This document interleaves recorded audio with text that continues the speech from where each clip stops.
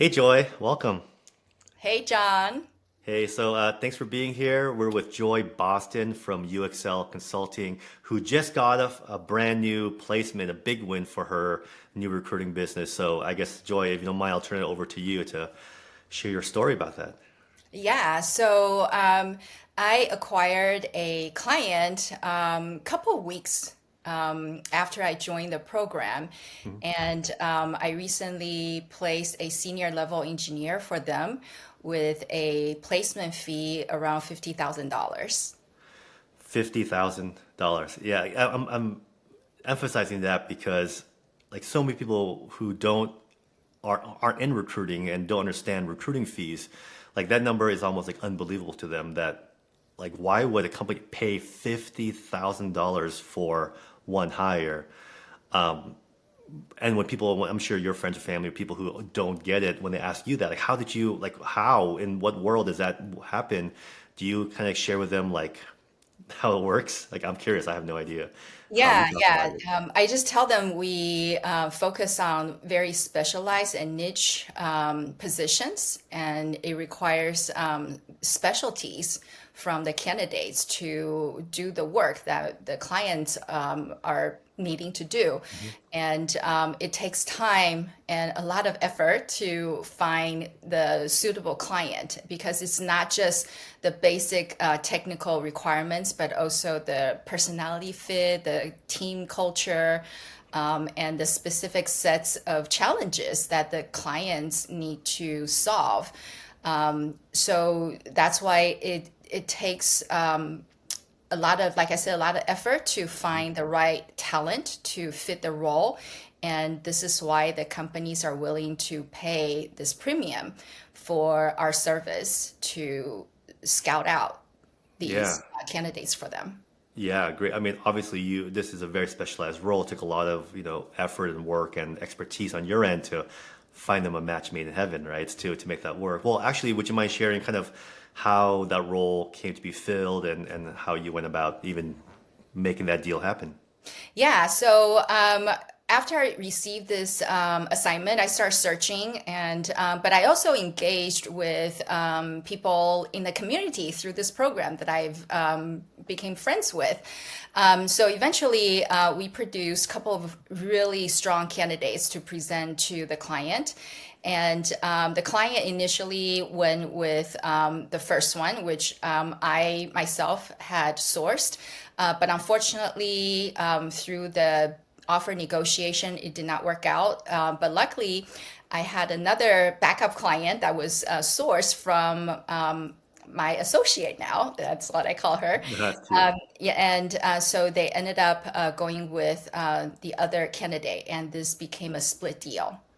Yeah, that's awesome, and obviously great if they went with your candidate. But the fact that you had this backup candidate from a relationship that you fostered and made just from meeting and networking within the program, because yeah, a lot of times it's a great example because people will think, hey, meeting people within a coaching program or consulting program is nice. It's a nice to have, but they don't realize, oh no, it's not just like making some online friends and like colleagues. These are like people you can actually do business with.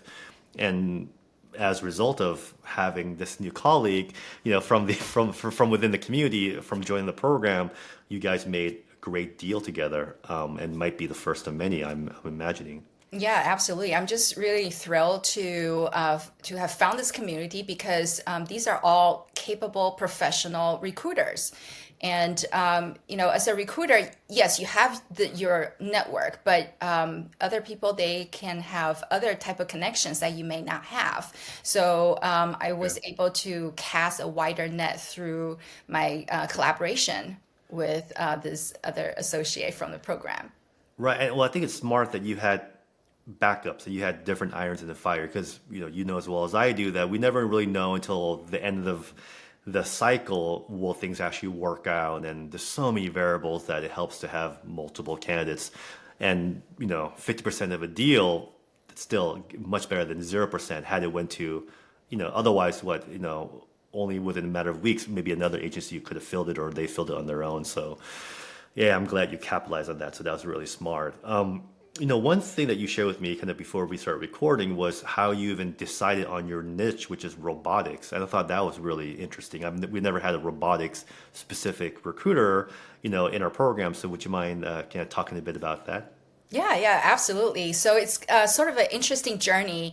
I do have an electrical engineering background as my degree, but I never fully got into engineering. I was actually in tech sales for a number of years until the pandemic when it impacted the company I was working for when I was doing tech sales, and I was laid off among 240 employees that they laid off worldwide. And during that time, a veteran executive recruiter friend approached me and said, "Hey, Joy, I think you could do recruiting. I think you could do it Hmm. really well because of your personality. I've seen how you've interacted with your clients." And I was like, I don't know. I've never done this before. So he's like, Yeah. "Yeah, I'll teach you." So he took me under his wings and became my mentor and taught me how to do recruiting. And I found out Yeah. I loved it more than doing sales because I am an extrovert and I love interacting with people. And even during my personal encounters, I'm always able to sort of be pick up what this person is good at, like what their special traits are, Yeah. what they're good at, and I'm able to, make later on make connections Yeah. between like among my friends, like people that I've never met. I'm like, hey, you do this, and this person also does that. I think you two should meet, kind of like a Yeah. matchmaking. Yeah. So that's when I pivoted into recruiting almost 5 years ago, 4.5 years ago. Oh, yeah. And then before I joined this program, I was actually working with a Chinese management consulting firm based out of China because I'm bilingual. I speak Mandarin Chinese fluently. And I was helping them, their clients who are opening up U.S. offices or expanding their U.S. offices to recruit talents here. But unfortunately, because of the economic policies that came out in early 2025, Yeah. the whole trade between U.S. and China was impacted, and I Mhm. literally lost my business overnight because I my think I think who I think candidates. I know who to blame for that one, but yeah. I'm just saying, it's political, Yeah. it's out of my control. Right. And I actually had a client that was ready to extend two offers to two of Oh, my clients, and both of the clients declined. And yeah. then my clients all put on hiring on the freeze. So Yeah. I was scrambling at the time, and I was really lost, really, because while that relationship with the Chinese management company was working fine while it lasted, it was really general. It was Hmm. across the board. It was not focused on any particular industry or vertical. It just whatever company clients that they signed up, they're like, "Hey, Joy, we got this job that they need to fill here in the U.S." And I just go find the candidates for them. Yeah. So the biggest thing that I'm grateful for this program is the very first thing is to pick a niche, right? Yeah. So I decided on robotics because I started reflecting on my past experiences, and I did some research as well. So as I mentioned, I have an engineering background, but early in my tech sales days, one of the most fun companies that I worked for was a startup robotics company. And so I started looking into my immediate network just to research, like, hey, I could either do technical recruiting or I could do sales recruiting, right? Because I Right. was doing tech sales. And initially, I was thinking about doing sales because I looked into my network and I had most of my connections were tech sales people. But then when I looked into like engineering, type of connections, I realized I have built up a lot of robotics and AI related connections just within my immediate network. And then I started researching recruiters out there specializing Yeah. in robotics recruiting, and I found out there weren't that many Yep. because most of the recruiters they fall under the technical recruiter umbrella. But Right. that could mean anything these days. It could Yeah. be SaaS, it could be IT, right? So then I decided, hey, you have a passion for robotics. Because I love. I'm sorry, I'm a big nerd at heart. You know, I love robots. I I literally hug robots, and when I see robots, I run up to them. I'm like, this is the coolest thing. Oh, And so cute. so I'm like, you have a passion for it. You have you have really strong connections already in your network, and not a lot of people are in this field right now. And you Yeah. have the basic knowledge of this field and the trend of this field because I have been keeping up with it, even though I Yeah. wasn't, an engineer. But the robotics, side of things always fascinated me. So I've been kind of keeping my eye out on, what's happening. And I realized there are so many startup robotics companies out there. They're doing amazing, really cool, awesome, innovative things to help our lives to get things run better. Yeah. So then, and combine that with not a lot of people are focusing on robotics recruiting. That's how I picked my niche, and I I found that the narrower you can focus on, the wider the road it will become later on for you. Yeah, 100%. Like, and I think a lot of people have that fear of like, oh, if I'm so specialized, won't that limit my options? Will I get pigeonholed into this thing? But recruiting is recruiting has a low barrier to entry, right? So anyone can kind of jump in and do it quickly. But then that means that there's a lot of people trying to do this, and so the more specialized you are, and I think the easier it is to resonate with hiring managers. I think did you say yourself when you spoke with a hiring manager, like they were very thrilled that you specialize in exactly robotics because they've worked with technical recruiters that say they could do any technical role, but when it came down to really understanding the nuances of robotics, they were like completely out of their depth, right? Yeah, absolutely. I literally just spoke with a hiring manager a few days ago who told me that what I had shared with them about the roles are being niche, right? And each company has its own challenges to solve. So, because the question they asked me was, have you ever recruited this type of roles before? And I told them, to be honest, no. And this is my answer to all of my clients is no, I have not recruited for the position that you need because your company's needs is different from the next company's needs. You cannot replicate it.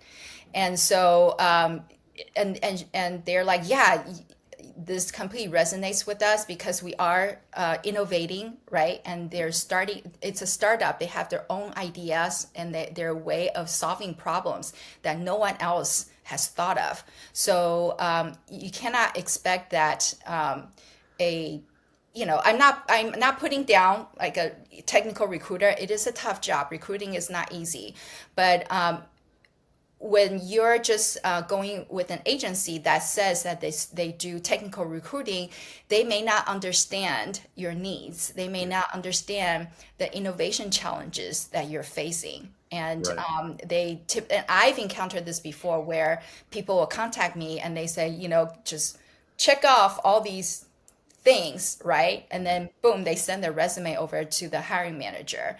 But I told them my job is to be that first of defense for you, to Mm. screen people. And I asked them deep questions related to their job experience versus checking things off and then boom, send you Yeah. 5, 10 resumes, right? So that you have to do the screening yourself. So they're very pleased to hear that we are higher caliber of a recruiting practice. Yeah, I love it. I love that you were probably what came across as refreshingly honest to them of saying like, rather than saying, yeah, I can do that, or yeah, I've done this before all the time, like kind of BS your way through things, which a lot of people I think are tempted to do when they're put on the spot. But I know it takes a lot of courage to say, I have not, but here's why I still think I can help you, and here's why it makes sense for you to give me a shot, right? And so yeah, so good job in navigating that with integrity, with honesty, and with just kind of enthusiasm for their company, and you're aligning that with your passion for this niche of robotics. So I think that's exactly because it's funny. Recruiting is such a relation. I mean, it's 100% relationship based business, right? Clients work with you because they like you as a person, not because of your website, your logo, the name of your company, right? It's you. And then candidates, same thing. And so the more human you can be, which is funny because people are always, asking me, hey, Joe, do you think AI is going to replace our industry? And I'm like, not until AI can do what humans do together, which is form and foster relationships and trust.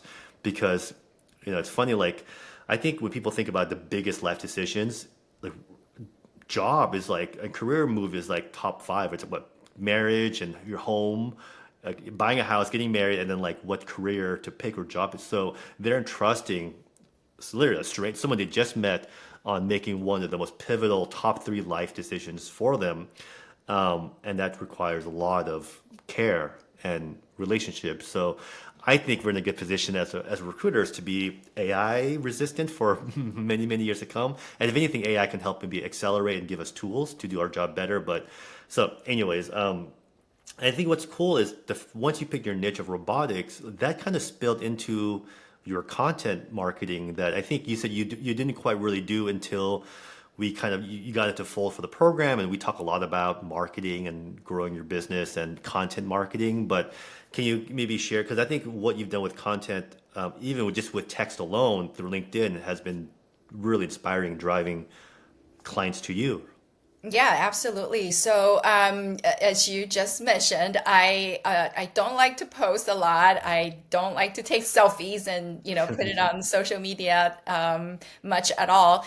But I realized that through this program, I realized that my LinkedIn profile is my marketing machine. And through the program, I learned different tips on how to optimize my LinkedIn profile. So literally overnight, I like changed everything. I changed my LinkedIn profile, I changed my website, all the messaging. They were changed to focus on this new niche. And I started out, I tried to post like images and like, selfies and robotics related. I actually have pictures of me hugging and playing with robots that I posted on there, just to tell people I'm for real. I'm not Yeah. just saying, right? I do love robots.